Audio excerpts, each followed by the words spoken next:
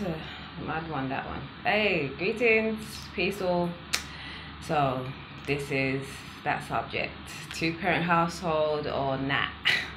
That was going to be the original title, but I said, let me make it more clinical so everyone understands where I'm going with this. So, Arikam, I here, peaceful, much love. Hope you all are doing great this bliss-filled right ISIS. And yeah, this is a topic that is dear to me because I come from both. I come from one side and I'm experiencing another. So I grew up with both my parents at home, and now I am a single mother. And yeah, it's a touchy one because a lot of people have their viewpoints on this. Many people go through different experiences with this, but there's a lot of stigma behind being a single parent, and there's a lot of like pressure with trying to keep or having a two-parent household, and everything's all about when with in regards to being with your partner is because of the children, right? But one thing I grew up understanding firsthand is that if you are not happy in the relationship with your partner or your children's father, your children's mother, then you are actually doing a disservice to the children or to the child, where you're thinking, oh, let me stay or let me keep up because of the children. You're doing less for them whilst trying to stay in a relationship where you're not happy, where you're not fulfilled, where you're being abused and misused, where you're being just, where you're not happy. And if you're not happy, it's up to you to alleviate yourself from any unhappiness. You didn't come into this world to be unhappy. You didn't come into this world to be under anybody or to feel like you have to sequester yourself for any reason. Like, if you have faith in yourself, knowing that the God within is all seeing, all knowing, and has everything laid out for you the way it's supposed to be, with happiness, and not happiness, with joy and fulfillment, then you take heed of your quest. Take heed of what you are being guided to, the gut feelings, the intuition, rather than I feel most people stay in relationships where they're not happy for the children because of the look, because of the community, because of society, because of this or that, because of something outside of yourself. Because more time, I know that every parent that is with, I don't like to use the term parent because we have to be mindful of these words that we use as well, especially when it comes to government. Because when you call yourself a parent, that doesn't give you the natural rights to the child. And because I deal with a lot of social services and all their bullshit, because I'm a completely alternative kind of mother, so they have their eyes on me, but I don't play with them, so they know how. But anyway, that's another topic. And because I'm single parent as well, they think they can tackle me a certain way, but we're good for that. We're good for that. I'm gonna definitely do a video on that because we have to tackle them in a different way. Own your power. Let them know that you know your shit in it and you own everything and anything that comes of you, including your child. And that's not to say like it's because otherwise they think they can own the child. Yeah? But anyways, people stay in these relationships where they're not happy because of the look. And it's really sad because at the end of the day, you're being a disservice not only to the children, but to yourself. You didn't come here in this world to be mediocre, okay? You came here to shine, you came here to be great. And if whatever situation you're in and you don't feel great and you're feeling mediocre, it's up to you to alleviate yourself, no matter what it looks like outside of the society. Because as soon as you get into your highest stage, your most joyful, most fulfilling, most fulfilled state, like no one can shun you, no matter what you may have, however, whatever steps you took to get there. It's a madness because I even had one sister in one time, because I have two children by the same father, right? And she was like, oh, but they have to go on the same father, right? And I was like, yeah, but because she asked me, are you still together with your children's father? At the time, she only knew I had one. And I told her, yeah, I have a second one as well. And she's like, oh, is it the same father though? I was like, yeah. She's like, oh, okay, that's all right. I was like, oh, so, because she was kind of like, so why did you break up type thing? And I was like, what I got from her basically is like, it's okay because if they come from the same father in it, but you shouldn't really broken up because, but it's like people want you to stay in situations just for the look. So you rather see me broken down, unhappy, but as long as I'm still with the children's father and they come from the same parent, from the same man. That's really sad. That's really very sad. It's a thing because we know that we have been perpetrated to kind of have these broken families, and that's one thing that I don't have. For me personally, I stayed a long time, longer than, not even longer than I should, because I stayed in an adequate amount of time, but I knew from a long time ago that this situation wasn't good for me. It wasn't serving me before I even had my second child, you know. But because I was still trying to keep the family dynamics, because I didn't want my child to be fatherless, and that was all my stigmas and my connotations and denotations about the whole picture perfect kind of situation, and it was never picture perfect to begin with, anyways. And that's the thing we always know to begin with. It's never really, you always get those hunches, your intuition, your guides tell you, look, yo, but then you push that aside for whatever the reason. So yes, if you can stay in a situation, if you can work with the situation and it's not like the worst, then by all means try and keep that family dynamic. If you know if the love is there, but sometimes say if the love is there, because I think that is what gets people stuck, where they think, oh, if the love is there, but it's not just about the love being there. Are you fulfilled? Are you happy? Are you happy to be waking up to this person? This person pull you up or pull you down? Do you get good energy or bad energy? Like, are you propelling or are you slowing down? These are the questions you have to ask in any situation before you have children, actually. And that's the thing as well. When you do have children and the situation are good, you're having to relearn things or learn things that would have been easier for you to learn by yourself, rather than having to have to take care of a whole new body as well, and a whole person, a young person that you can't readily communicate with. So you have to learn new ways to do this and to do that.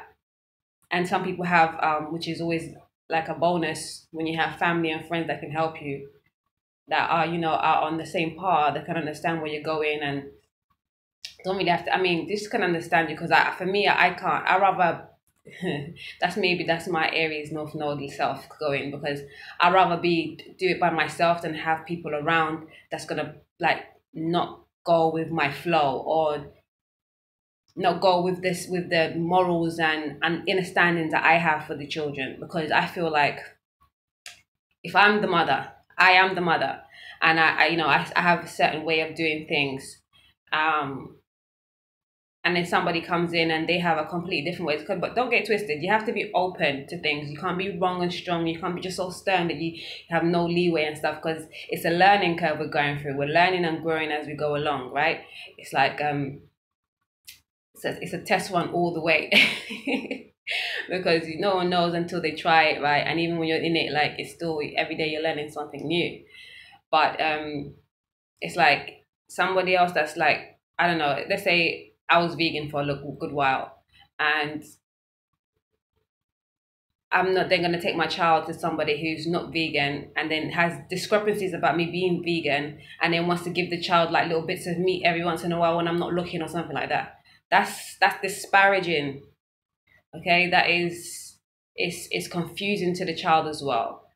That's why it's even worse when you're even in a situation where you and the parent are not coinciding. You're not like seeing things one way, and the child gets confused, right?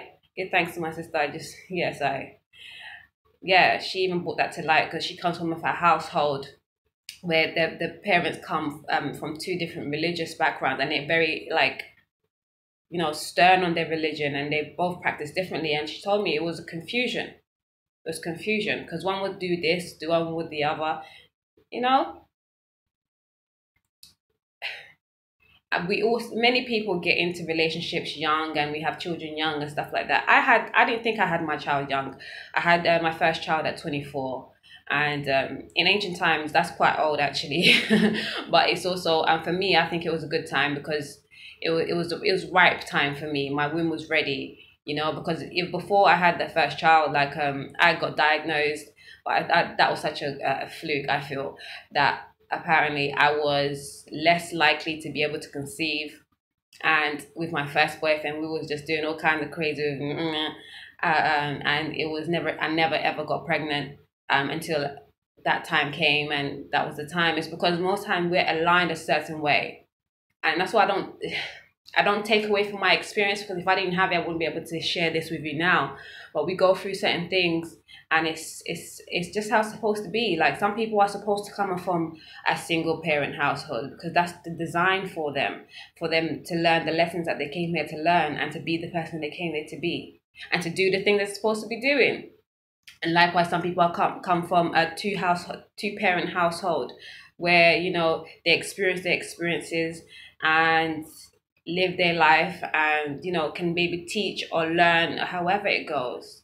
Because even I heard another sister talking about, she came from a two parent household as well, but she was more akin to her mother than her father, but they were both in the household. You know what I'm saying? So she had a really good relationship with her mother, but not so good relationship with her father. And those are different personalities. And I mean, that doesn't take away from the parents themselves and their relationship, but their interaction that they have with the child. I mean, it's important to take heed of the kind of partner that you have in the first place, the kind of person that you're sharing your juices with, because always, ultimately, the result can be a child. And a child is supposed to come up not with the same baggages that we came up with as the parent. You're supposed to teach your child better. They're supposed to do better. They're supposed to do differently. Likewise, I'm happy I learned my lesson, because for me personally, I learned that not because you have a child with somebody, that means you have to stick with them. And I don't want you to take this as like, you want everybody to, no, because that's not something I would like to see anymore. I would like to see more people get into relationships where they're supposed to be, where they're supposed to be.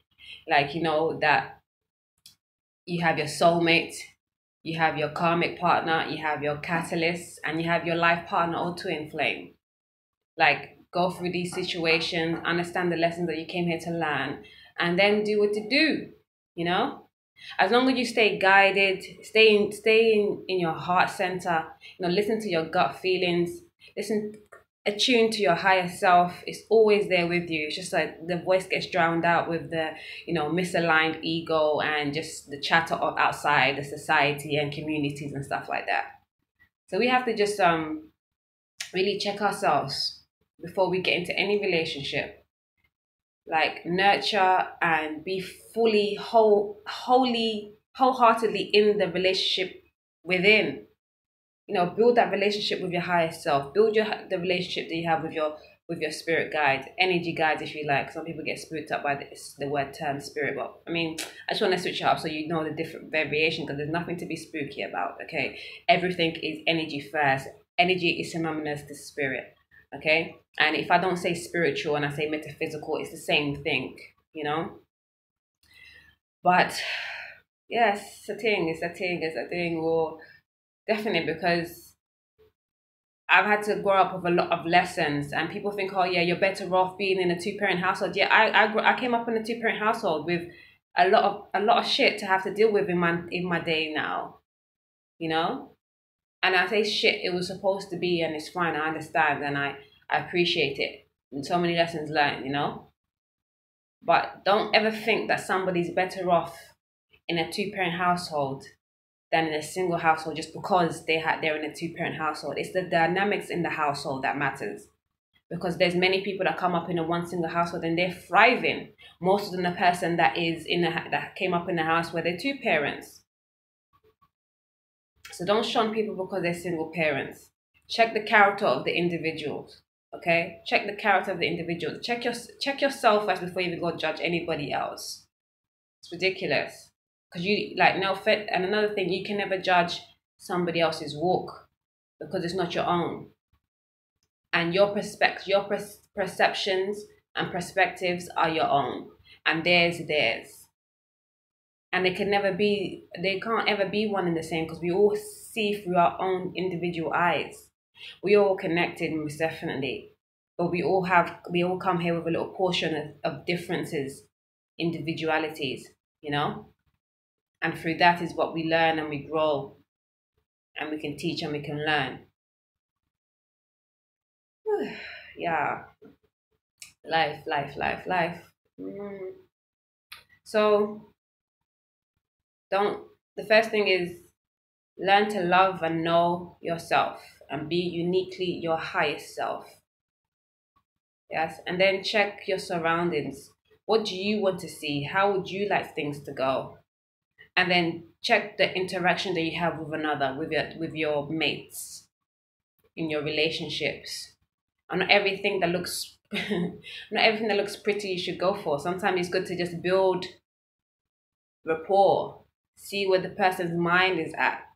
Because not because they repeat the same thing you say, or say like, oh, I like that too, and all of that, that means they're the one for you. Because I think we jump into a lot of relationships that way, because we're thinking, oh yeah, we have a little something in common, let's go. No, like feel it out, take time. Like anything that's supposed to be for you will not be anybody else's but yours. Even if it's gone away for a little time, it will come back round. It's when it's supposed to. But don't feel like you should be stuck in your ways or rest on your laurels. Like work, keep working. Divine like congratulates and celebrates those who are always seeking, you know, not just like sitting down waiting for things to come. There's a time and place, and there's phases and stages, you know. Some people some people do have it like that, others don't. But for the majority, yes, we should always be checking for ourselves first. And that's not a selfish thing. Again, if you can't give to somebody continuously if you're not getting anything back. You can't keep giving if you're not putting back in. Understand? And it's up to you to nurture yourself, to nourish yourself. No one knows how to do that perfectly as well as you do, because you know you better than anybody else can.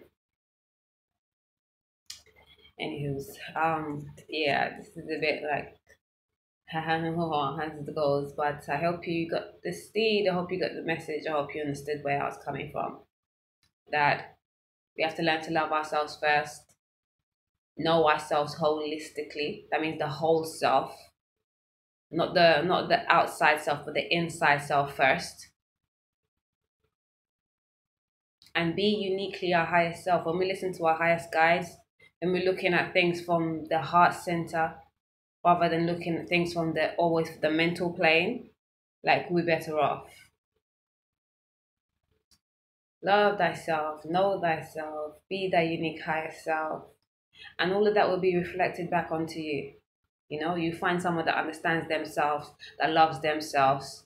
Yeah, so then we're not in a relationship where someone is like, you know, leeching on you because they want what you have, or they feel like you're treat you like a trophy, or like, you know, see you as somebody that can help them up somehow, or all kinds of so many things I've seen in this world. It's like, yo, is this life? Is this life for you?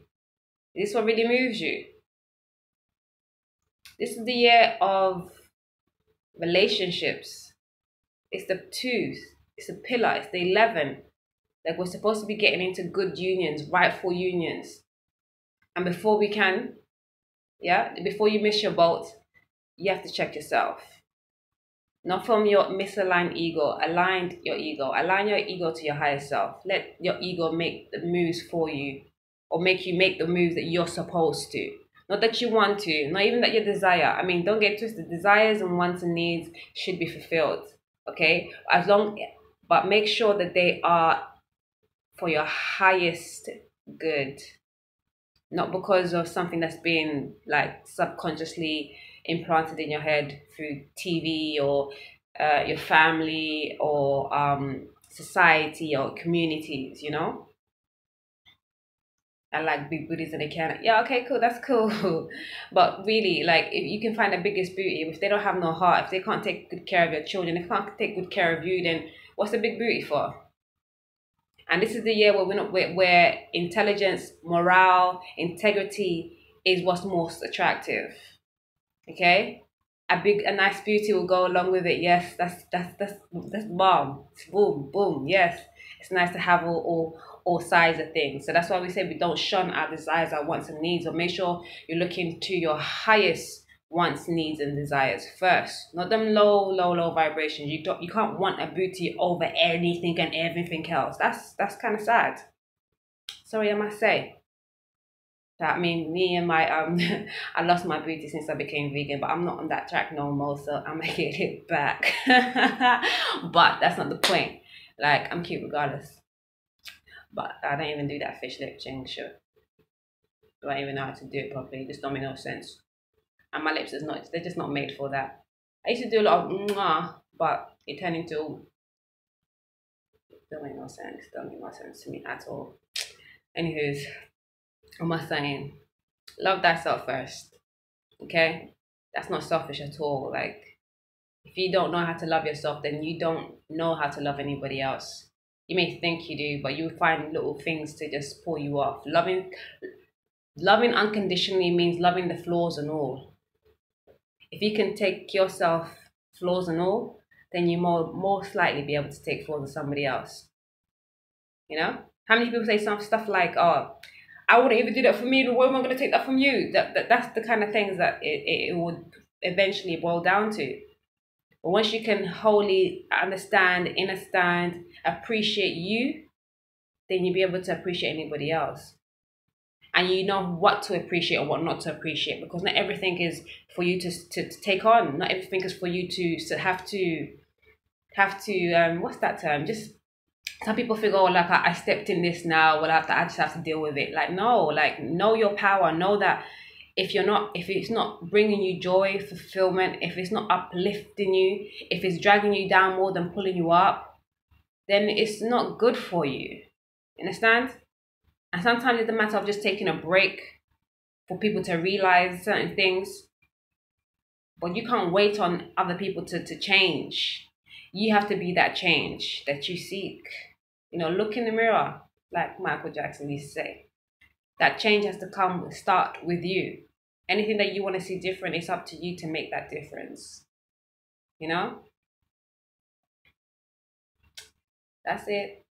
Much love. Thanks for your listening ears, your time, and I hope the message hits home and you're able to make the moves that you need to. You know, just even those on a let me not go into another one. I was gonna say I was just in a group and someone saying that, you know, finally come out of a relationship, an abusive relationship after so many years. And the first thing I had to say is congratulations and pat yourself on the back because you did that.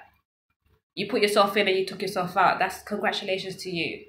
Like, there's no pity or send more love and light. The first thing is congratulations. Well done. And pat yourself on the back. Don't wait for somebody to say, oh, good for you, didn't, and all that. No, like, we walk into these situations, and if it's not serving us, we have to walk out. No matter the stipulations that you feel or that you may perceive will come. Deal with that when it comes. More time when it comes, it's just such a minor thing because people are coming from low vibrational thoughts and feelings about it. Because at the end of the day, if you're dealing with somebody that rather see you in a situation because it looks good on the outside, but the inside is hurting you or harming you and depleting you, then they're not good for you anyways. Leave their dumb ish to the side. Their thoughts and feelings and their perceptions. It's not yours. You don't have to carry that. Yeah, it's personal. Good, thanks. And I know I'm not the only one. We are whole. We are one. Many of us go through these things and it's not right. And I'm not going to perpetuate it. And because I just had someone judging me because the children's father was standing outside the door not too long ago, a few days ago. And I have to just like, I purposefully didn't say anything because I said, if I ain't got nothing nice to say, then it's better not to say anything at all. But because we have gone through many things and it's like people judging me because they're like, oh, like, you know, why, you know, you have no idea. And I don't give a fuck about your perception because I see what you people go through, and I'd rather not have that headache. I've already had that headache, in fact, and I was able to move myself away from that, and I'm not going to allow that to happen anymore. There could have been different ways to handle it. I've tried many times, many different ways, but I keep getting the same things after I'm going back in and trying different ways. Like I'm putting in the effort, and the effort's not being put back in. So it's like, hold on, how am I going to do this for all my years?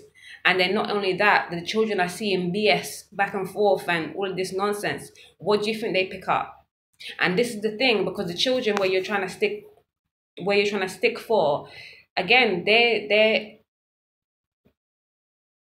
it's more detrimental for them. They're getting a disservice, because if they're not seeing you happy, they then go into a situation where they are not happy. It's like, ask yourself this question: would you want your child to feel what you feel when you're sitting there unhappy, unfulfilled? Is that what you want for your child? The same child you're trying to say that, oh, I'm doing this for them, sticking into a situation where it's not good for you, it doesn't make you feel happy, it hurts you. Is that what you want for them? If not, then find the happiness within. Find the joy within. Find the fulfillment within, even if it's apart from that partner.